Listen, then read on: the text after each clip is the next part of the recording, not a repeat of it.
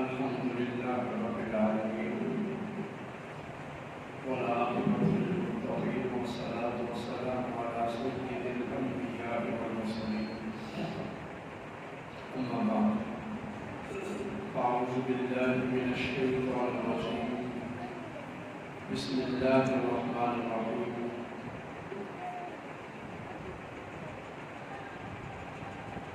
قال النبي صلى الله عليه وسلم أخبرني جبريل عليه السلام أن هذا يقتل بأرض العراق للحسين فقلت يا جبريل أرني تربة الأرض التي يقتل بها فهذه تربتها إن الله وملائكته يصلون على النبي يا أيها الذين آمنوا صلوا عليه وسلموا تسليما اللهم صل على سيدنا ومولانا محمد وعلى آل سيدنا ومولانا محمد وبارك وسلم عليه تمام احباب مل کر پڑھیے الصلاۃ والسلام علیک یا سیدی یا رسول اللہ الصلاۃ والسلام علیک یا سیدی یا حبیب اللہ الصلاۃ والسلام علیک یا سیدی یا نبی اللہ وعلی آلک واصحابک یا سیدی یا نور اللہ الصلاۃ والسلام علیک یا سیدی یا شفیع المذنبین وعلى آلك وأصحابك يا جد الحسن والحسين حمد و ثنا و درود و سلام کے بعد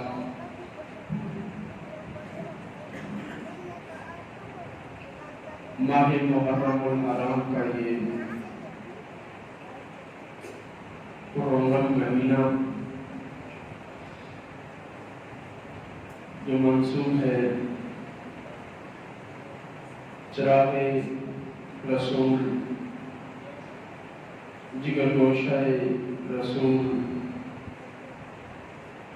امام عالی مقام سیدنا حضرت امام حسین رضی اللہ تعالی عنہ کی شہادت کے ساتھ یہ ماہ مقدس امام حسین کی شہادت کو ہمارے لیے ایک ایمانی اور وجدانی سبق کے ساتھ لے کر شروع ہوتا ہے سیدنا امام حسین رضی اللہ تعالی عنہ کے ساتھ جو کربلا میں واقعہ پیش آیا یہ واقعہ نبی کریم علیہ السلام کے وصال مبارک کے بعد پیش آیا اور رسول اللہ صلی اللہ علیہ وآلہ وسلم نے اس واقعہ کی خبر اور پیشن گوئی اپنی حیات طیبہ میں اپنی موجودگی میں اپنے صحابہ اہل بیت اور دیگر افراد کو سنا دی تھی اور نبی علیہ السلام بھی اس واقعہ سے باخبر تھے اگرچہ یہ واقعہ 60 ہجری میں پیش آیا لیکن نبی کریم علیہ السلام نے 60 ہجری تک کے تمام واقعات کی خبریں جو ہیں اور اس کے بعد کی بھی پیشن گوئیاں آپ نے فرما دی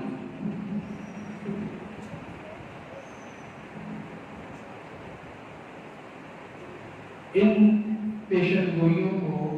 نبی کریم علیہ السلام کی نبوت کی دلیل کہا جاتا ہے کہ نبی علیہ السلام نے جس کے بارے میں جو خبر دی وہ بیان ہی پوری ہوئی، اور صحابہ کرام ان پیشن گوئیوں پر ایمان رکھتے تھے اور ان کا یقین کامل ہوتا تھا، اور صحابہ کرام ان پیشن گوئیوں کو اپنی روزمرہ کی مجالس میں بیان کرتے تھے، اور یہی وجہ ہے کہ بعد کے علماء نے دلائل النبوہ کے نام سے کتابیں لکھی۔ دلائل النبوہ یعنی وہ واقعات جو نبوت کی دلیل ہیں، وہ دلائل اکٹھے کیے۔ ان میں امام ابو نعیم اصفہانی کی کتاب دلائل النبوہ کے نام سے ہے، اور دیگر محدثین نے بھی لکھی، لیکن سب سے ضخیم کتاب اور جامع ترین کتاب کہ جس کتاب نے باقی ساری کتابوں کی کمی کو پورا کر دیا، وہ ہے امام بہقی کی دلائل النبوہ، جو 7 جلدوں میں ہے، 7 حصے ہیں اس کتاب کے، اور یہ کتاب دنیا اسلام کی معتبر ترین کتاب سمجھی جاتی ہے۔ آج کے دور میں نبی علیہ السلام کی نبوت اور رسالت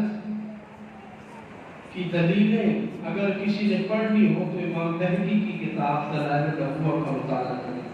اس کا اردو ترجمہ بھی ہو چکا ہے۔ اس کتاب میں امام بہقی نے چند روایات اور آثار واقعہ کربلا سے متعلق جمع کیے ہیں، اور اس واقعہ کربلا کو خوبصورتی کے ساتھ بالاستیعاب زبان رسالت سے جمع فرما دیا ہے۔ غور فرمائیے، پہلی روایت امام بہقی نے نقل فرمائی جو کہ حضرت ام سلمہ رضی اللہ تعالی عنہ سے مروی ہے،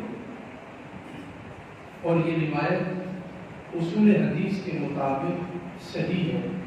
سند کے اعتبار سے صحیح روایت ہے، یعنی من گھڑت یا روافظ کی بنائی ہوئی روایت نہیں ہے، بلکہ صحیح روایت ہے۔ آج کے دور کا اصل مسئلہ یہی ہے کہ ہم ضعیف اور موضوع روایات میں پڑ گئے، ضعیف اور موضوع روایات کو ہم نے پکڑ لیا، ہمارے خطباء نے بھی پکڑ لیا، واعظین نے پکڑ لیا، وہ معاشرے میں اس قدر پھیل گئے، جھوٹ اتنا پھیل گیا کہ حقیقت جو ہے وہ چھپ گئی، اور آج کے دور میں اگر کوئی حقیقت بیان بھی کرے تو عام لوگ یہی سمجھتے ہیں شاید یہ بھی جھوٹ ہے، جبکہ ایسی بات نہیں۔ محدثین نے پوری محنت اور دیانت کے ساتھ احادیث کو جمع کیا، ان کی اسانید پر بحث کی، اور اہل سنت و جماعت کے علماء نے اسماء الرجال پر کتابیں لکھی، تب جا کے صحیح دین ہم تک پہنچا ہے۔ ان صحیح روایات میں جو واقعہ کربلا سے تعلق رکھتی ہے، یہ کتاب، یہ واقعہ ہے حضرت عبداللہ بن وہب بن زمعہ فرماتے ہیں کہ مجھے حضرت ام سلمہ رضی اللہ تعالی عنہا نے یہ خبر دی۔ حضرت ام سلمہ نبی کریم علیہ السلام کی زوجہ محترمہ ہے، ازواج مطہرات میں سے ہے، اور یہ حضور علیہ السلام کی کم و بیش 14 ازواج مطہرات 14 بیویوں میں سے یہ واحد بیوی ہے حضور کی جو واقعہ کربلا کے ایام میں زندہ تھی اور بقید حیات تھی، اور واقعہ کربلا آپ کی زندگی میں رونما ہوا۔ حضرت ام سلمہ فرماتی ہیں ان رسول اللہ صلی اللہ علیہ وسلم اضطجع ذات یوم للنوم فاستيقظ وهو حائر ثم اضطجع فرقد ثم استيقظ وهو حائر دون ما رأيت منه في المرة الأولى ثم اضطجع فرقد واستيقظ وفي يده تربة حمراء يقلبها۔ حضرت ام سلمہ فرماتی ہیں حضور علیہ السلام رات کے وقت سونے کے لیے تشریف لائے، اپنے بستر مبارک پہ آپ نے پہلو مبارک رکھا، آنکھ لگی اور پھر آپ کی آنکھ کھل گئی اور آپ اٹھ بیٹھے، میں دیکھ رہی تھی۔ پھر نبی کریم علیہ السلام تھوڑی دیر استراحت فرما رہے اور پھر آپ جاگ گئے، اور آپ کے چہرے پہ پریشانی تھی، غم کے آثار تھے، دون ہمارا اور یہ حالت پہلی مرتبہ جب حضور جاگے تھے اس وقت نہیں تھی، پہلی مرتبہ حضور پریشان نہیں تھے، دوسری مرتبہ جب حضور جاگے تو آپ کے چہرے مبارک پہ پریشانی کے آثار تھے۔ فرماتی ہے حضور علیہ السلام پھر سر مبارک کو تکیے پر رکھ کے سو گئے، واستيقظ اور پھر رسول اللہ صلی اللہ علیہ وسلم جاگ پڑے۔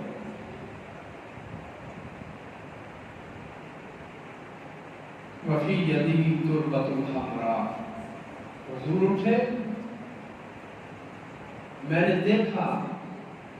کہ آقا کریم علیہ السلام کے ہاتھ میں مٹی تھی۔ جب بستر مبارک پہ آئے تھے ہاتھ خالی تھی، کچھ بھی نہ تھا۔ 3 مرتبہ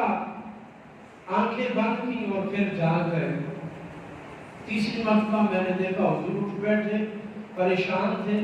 اور ہاتھ مبارک میں مٹی اٹھائی ہوئی تھی، تربۃ حمراء، سرخ رنگ کی مٹی تھی۔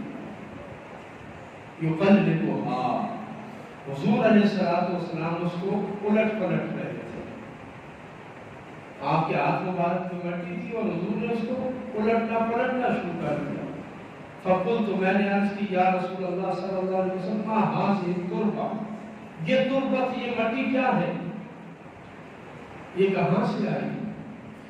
حضور نے فرمایا اخبرنی جبریل علیہ السلام، مجھے جبریل امین حاضر ہوئے اور انہوں نے یہ خبر دی ان ھذا یکتب بارض العراق للحسین، کہ میرا یہ بیٹا حسین عراق کی زمین پر قتل کر دیا جائے گا۔ فقلت، میں نے کہا یا جبریل ارنی تربۃ الارض التي یقتل بها، اے جبریل مجھے وہ مٹی دکھاؤ جس مٹی پر میرے بیٹے حسین کو شہید کیا جائے۔ فَهَذِهِ تُرْبَتُهَا، اے ام سلمہ میں نے وہ مٹی دیکھی تو میں نے اٹھا لی، وہ مٹی میں نے اٹھا لی۔ فَهَذِهِ تُرْبَتُهَا، یہ وہ مٹی ہے جس مٹی پر میرے حسین کو شہید کیا جائے۔ اور فرمائیے نبی کریم علیہ السلام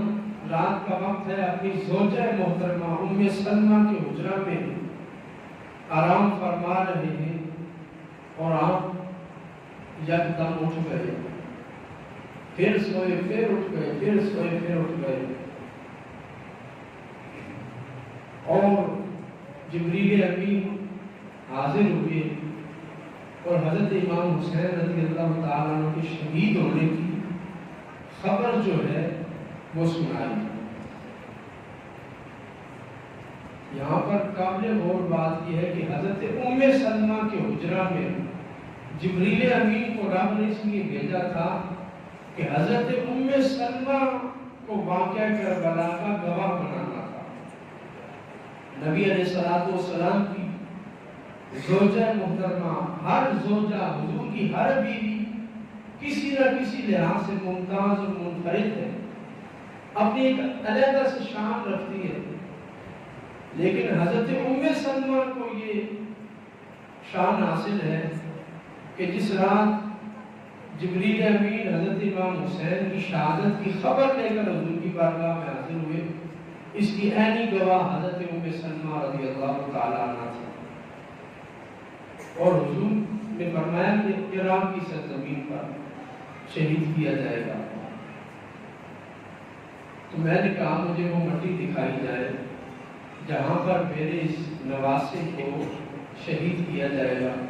تو وہ مٹی دکھائی گئی، میں نے اٹھا لی۔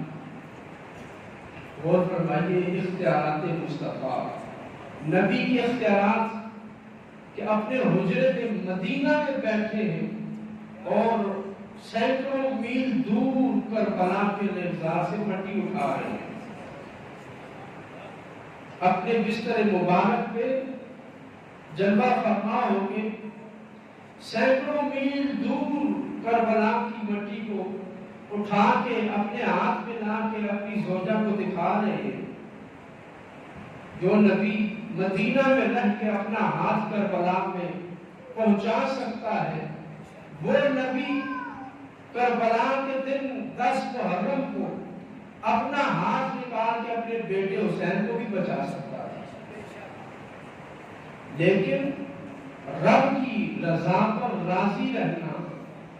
اور رب کی ابتلا پر صبر کرنا، یہ نبی علیہ السلام نے اپنے کردار سے بتا دیا۔ حضرت ام سلمہ فرماتی ہیں صرف چہرے پہ پریشانی کے اثرات تھے، لیکن آنکھوں سے آنسو نہیں جاری ہوئے، حضور نے واویلا نہیں کیا۔ نبی علیہ السلام کو شہادت کی خبر پہلے مل گئی، اور صرف یہ نہیں کہ غیبی طور پر بلکہ عینی طور پر حضور کو دکھایا گیا، اور حضور نے وہ مٹی بھی اٹھا لی۔ گویا کہ یہ واقعہ ایسے ہی ہے جیسا حضور کے سامنے ہو رہا تھا، اور نبی علیہ السلام نے مٹی ظاہری طور پر اٹھا کے یہ بتا دیا کہ 60 ہجری میں 61 ہجری میں ہونے والا واقعہ نبی کی زبان سے بھی دور نہیں، نگاہ سے بھی دور نہیں، اور نبی کی دسترس سے بھی باہر نہیں، نبی کے اختیار میں ہے۔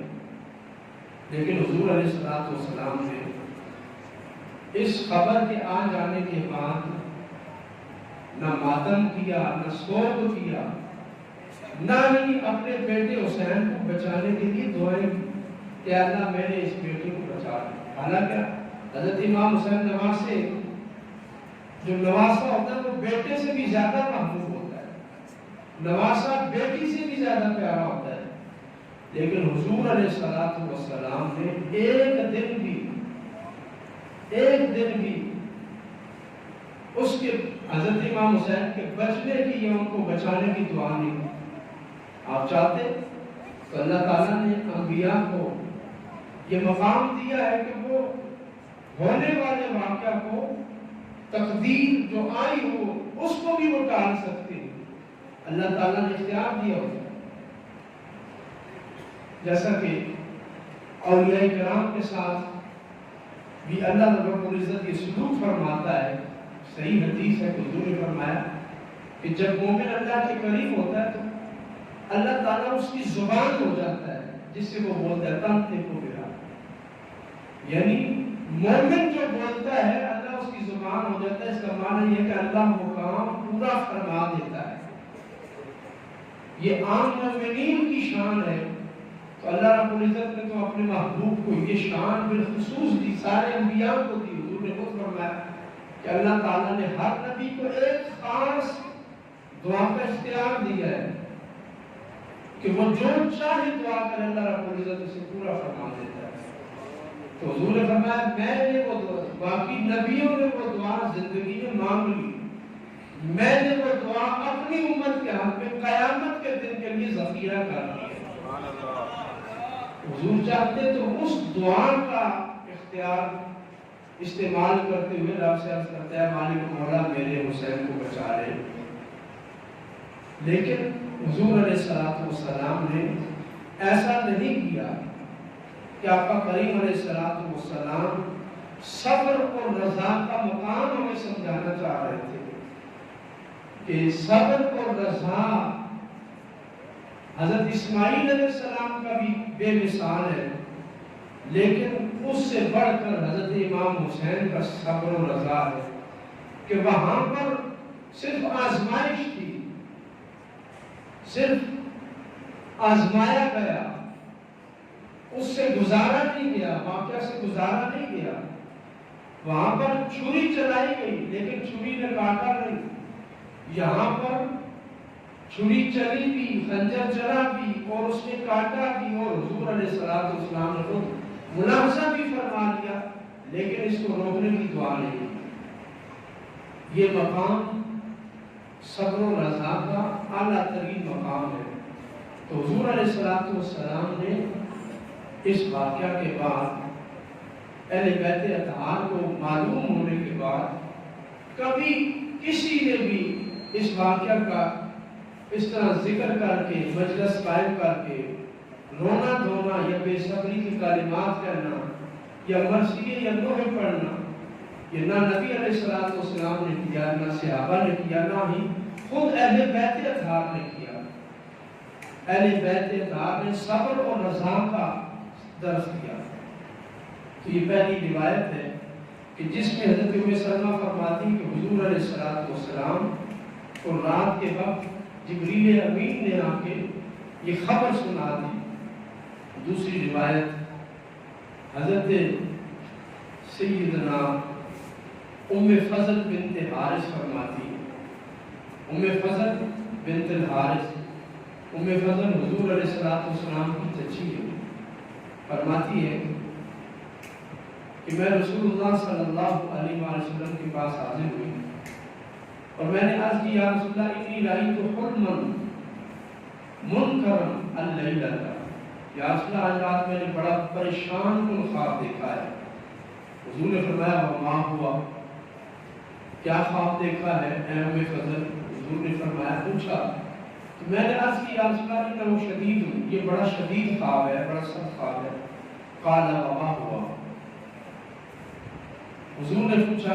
یہ تو بتاؤ کیا خواب دیکھا ہے؟ حضرت ام فضل عرض کرنے لگی رہی تو کان قطعۃ من جسدک قطعت ووضعت فی حجری، یا رسول اللہ میں نے دیکھا ہے خواب کہ آپ کے جسم کا ایک ٹکڑا کٹ گیا، آپ کے جسم کا ٹکڑا کٹ گیا، ووضعت فی حجری، اور میری گود میں آ کے وہ گر گیا۔ آپ کے جسم کا ٹکڑا کٹا اور میری گود میں گرا۔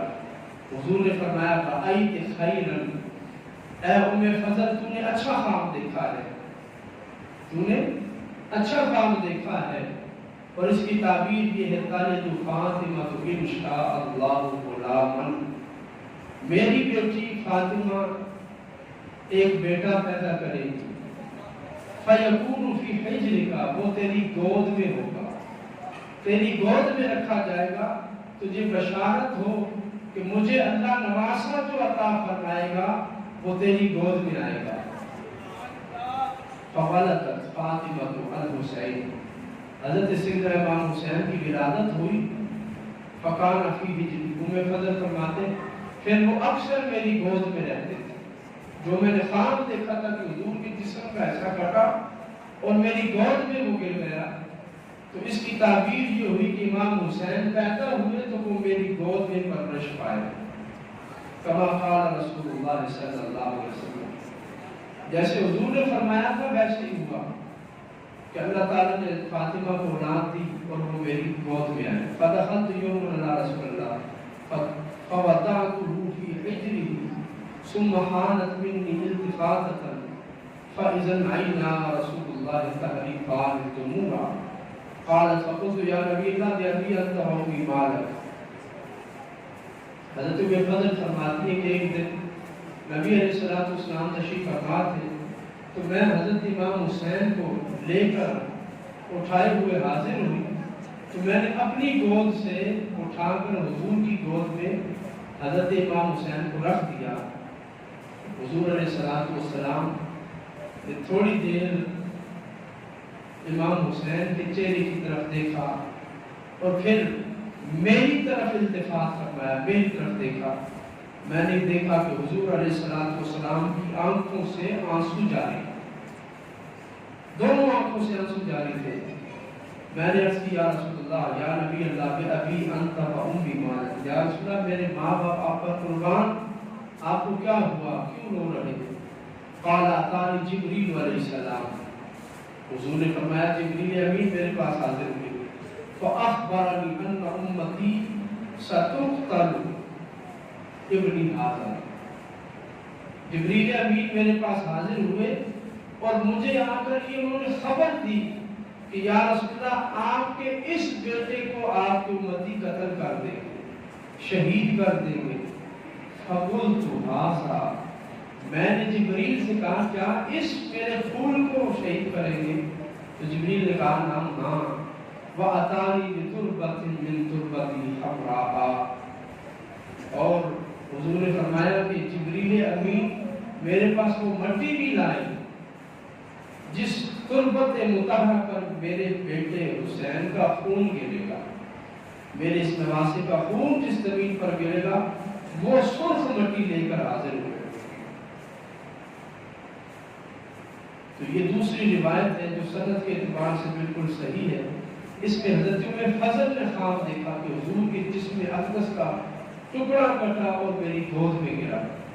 تو حضور علیہ السلام نے اس کی تعبیر یہ بتائی کہ حسین پیدا ہوگا وہ تمہاری گود میں آئے گا، یہ اس کی تعبیر ہے اور یہ اچھا خواب ہے۔ تو گویا کہ اس کے جواب میں پھر حضور نے حضرت ام فضل کو جو یہ بشارت دی اور یہ بتایا کہ میرے بیٹے کو شہید کیا جائے گا، تو یہ دوسری گواہی ہے کہ نبی علیہ السلام کو یہ خبر دے دی گئی تھی کہ آپ کے اس نواسے حسین کو شہید کیا جائے گا، اور شہادت کی خبر سن کر کہ حضرت امام حسین ننھی سی عمر میں تھے، حضور نے فرمایا یہ میرے پھول ہیں، تو ننھی سی عمر میں دیکھ کر حضور نے پوچھا جبریل کیا اس میرے نواسے کو میری امت شہید کریں گے؟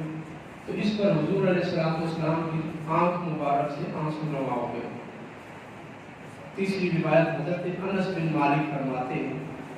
کہ بارش کا فرشتہ حضور کی بارگاہ میں حاضر ہوا اور عرض کی یا رسول اللہ صلی اللہ علیہ وسلم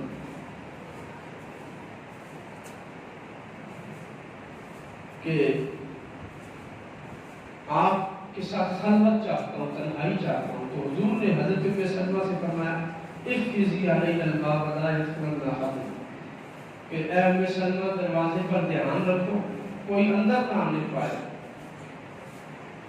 تو اسی دوران حضرت ام سلمہ فرماتی ہے فجاء الحسین بن علی فواسب حتى دخل فجعل يقع على منكب النبي صلی اللہ علیہ وسلم۔ حضرت ام سلمہ فرماتی ہے کہ اسی دوران حضرت امام حسین رضی اللہ تعالیٰ عنہ اندر تشریف لے آئے اور اچھلتے ہوئے حضور علیہ السلام کی طرف لپکے اور حضور کے کندھے مبارک پر آپ تشریف فرما ہو گئے، حضور کے کندھے پر چڑھ گئے۔ تو فرشتہ جو بیٹھا تھا اس نے پوچھا یا رسول اللہ صلی اللہ علیہ وسلم اتحبہ، کیا آپ اس سے محبت کرتے ہیں؟ حضور نے فرمایا نعم، ہاں میں اس سے محبت کرتا ہوں۔ تو فرشتے وہ جو بارش برسانے والا فرشتہ تھا اس نے عرض کی فإن أمتك تقتله، کہ آپ کی امت اس نواسے کو شہید کر دے گی۔ وإن شئت أريتك المكان الذي يقتل فيه، اگر آپ چاہیں تو میں آپ کو وہ مقام بھی دکھاؤں کہ جہاں پر آپ کے اس بیٹے حسین کا خون گرے گا۔ فضرب بيده فأراه ترابا أحمر،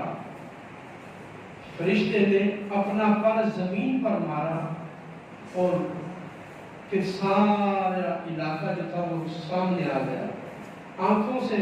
جتنے پردے تھے وہ ہٹ گئے، درخت، دیواریں، پہاڑ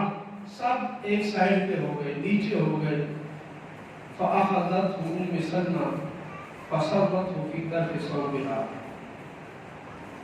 حضرت ام سلمہ نے نبی علیہ السلام کو دیکھا کہ حضور اس مٹی کو اٹھا رہے ہیں جہاں حضرت امام حسین شہید ہوں گے. فرماتی ہے کہ میں نے وہ مٹی حضور سے لے لی اور اس مٹی کو اپنے دامن کے کنارے پہ باندھ دیا, اپنے دوپٹے کے ساتھ باندھ دیا. فَكُنَّا نَسْمَعُ أَن يُقْتَلَ بِكَرْبَلَاءَ, اور ہم یہ بات اکثر سنا کرتے تھے کہ امام حسین کو کربلا میں شہید کر دیا جائے گا. حضرت امام حسین کو شہید کر دیا جائے گا, یعنی جب بھی حضرت امام حسین رضی اللہ تعالیٰ عنہ سامنے آتے تو ہم خواتین آپس میں یہ بات کرتی تھی کہ دوسری خواتین کو یہ بات کرتے ہوئے سنتی تھی کہ وہ کہا کرتی تھی کہ اسے کربلا میں شہید کیا جائے گا. حضرت سیدنا ابو سلمہ بن عبد الرحمن سے بھی ایسی ہی روایت ہے کہ جس میں صرف ایک چیز کا اضافہ ہے کہ مقام طف, طا اور فا, طف یہ کربلا کا وہ علاقہ ہے جسے طف کہا جاتا ہے, عراق میں واقع ہے. عراق کا موضع طف ہے اور طف کے اندر کربلا ہے. طف کے مقام پر جبریل امین نے اشارہ کیا, یا رسول اللہ یہ وہ مقام ہے جہاں پر آپ کے نواسے کو شہید کیا جائے گا. اسی طرح حضرت شاہ بھی فرماتے ہیں کہ حضرت عبداللہ ابن عمر مدینہ منورہ میں حاضر ہوئے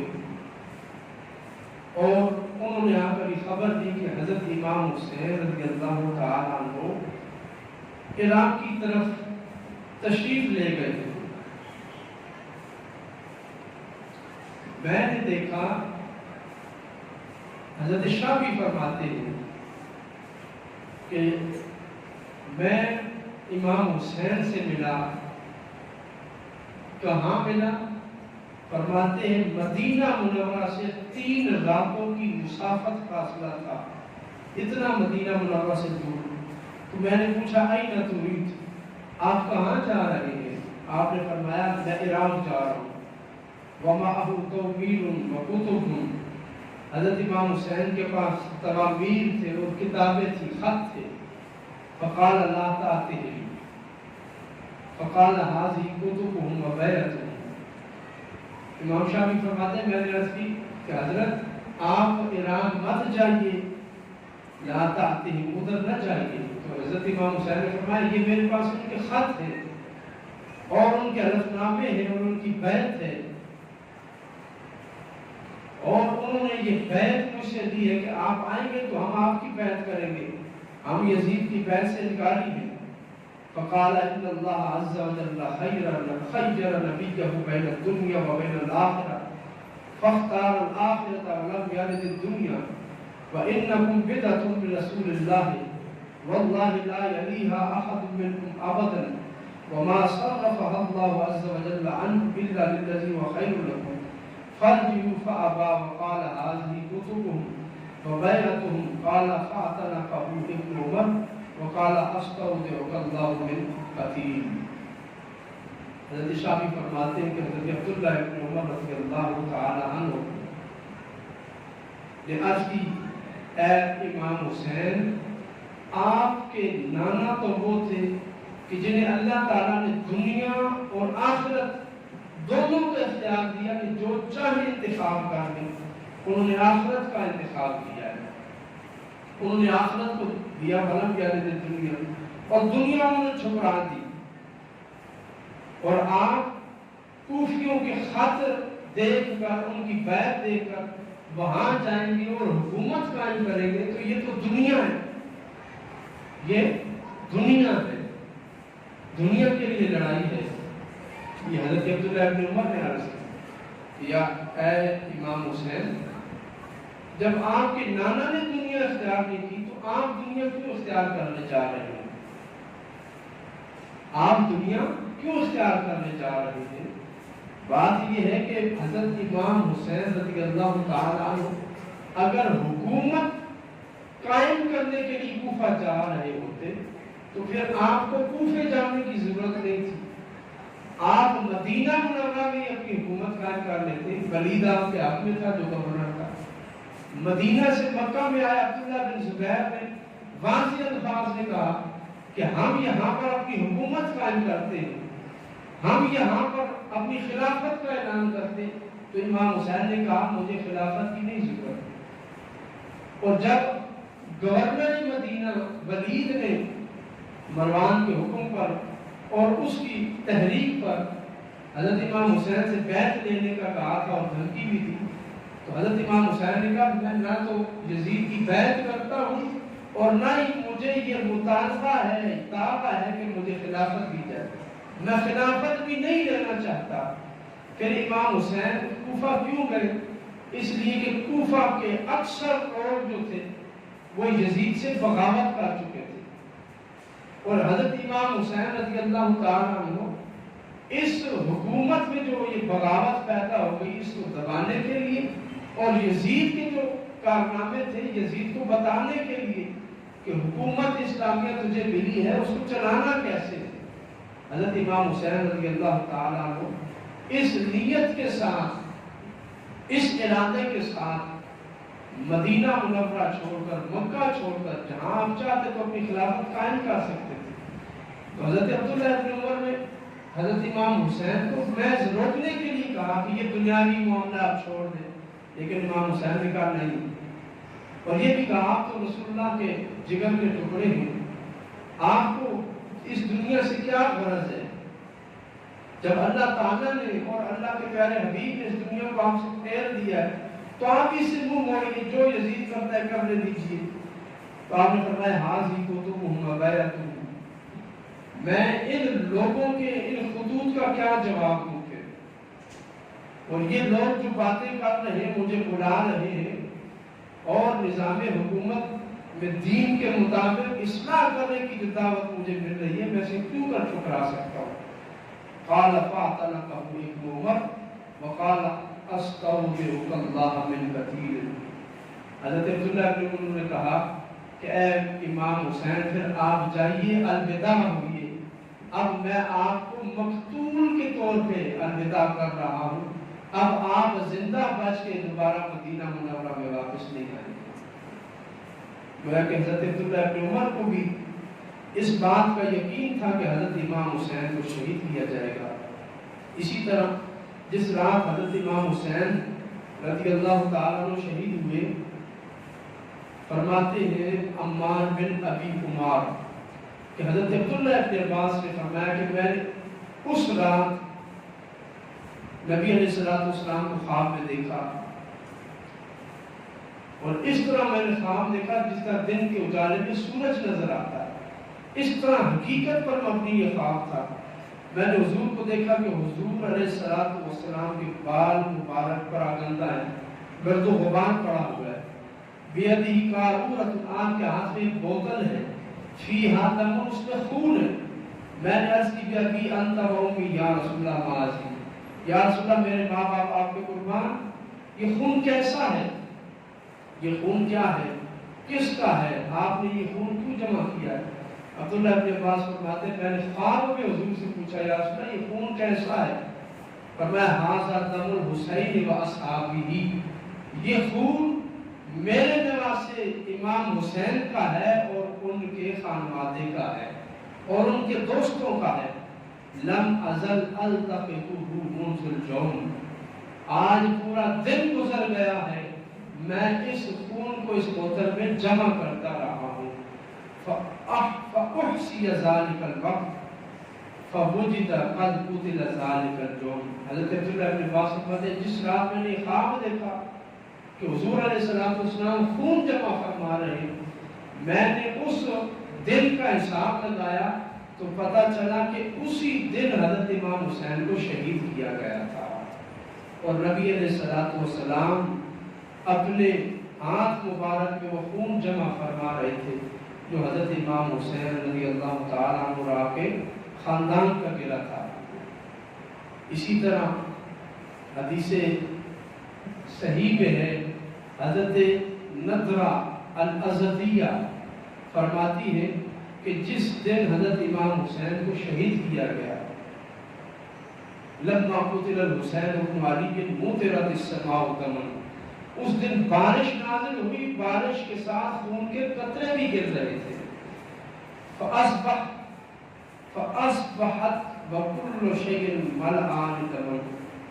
میں صبح جب اٹھی تو میں نے دیکھا کہ ہر چیز مجھے یوں لگ رہا تھا کہ خون میں بھری ہوئی ہو. بارش گری تھی لیکن رنگ سرخ تھا اور یوں لگتا تھا کہ جیسے ہر چیز خون کے ساتھ بھری ہوئی ہے. حضرت سیدنا امام حسین رضی اللہ تعالیٰ عنہ